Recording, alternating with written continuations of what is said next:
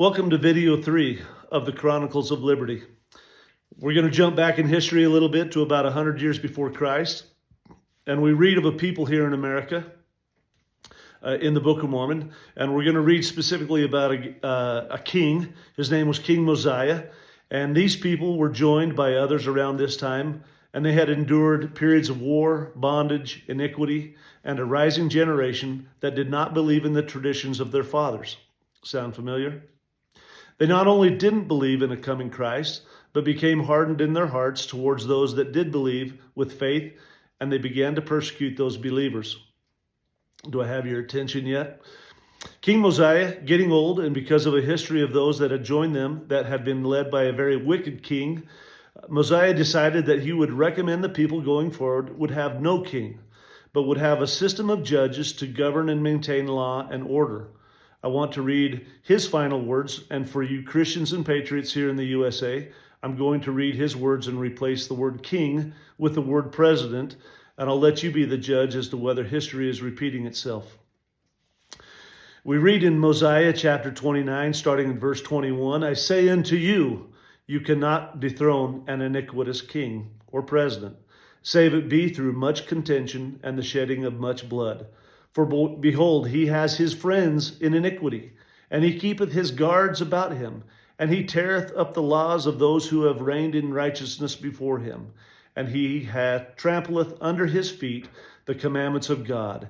And he enacteth laws and sendeth them forth among his people, yea, laws after the manner of his own wickedness.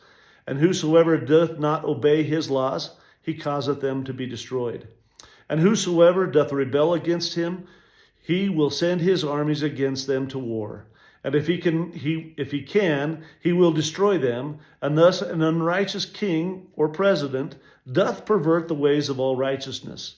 And if the time comes that the voice of the people doth choose iniquity, then is the time that the judgments of God will come upon you. Yea, then is the time he will visit you with great destruction, even as he hath hitherto visited this land. He finishes with this.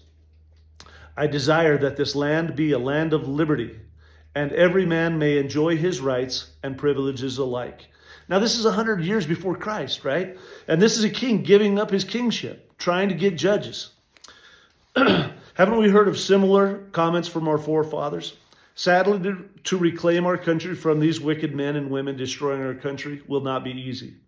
King Mosiah tells us that through much contention and the shedding of much blood. Thomas Jefferson tells us similarly that the tree of liberty must be refreshed from time to time with the blood of patriots and tyrants. We must wake up, America, before it becomes to that. Maybe it's too late already, but we are only a year away from the next election. We must choose righteous, moral candidates that will support and uphold our constitutional rights. Remember, the way to secure peace is to be prepared for war.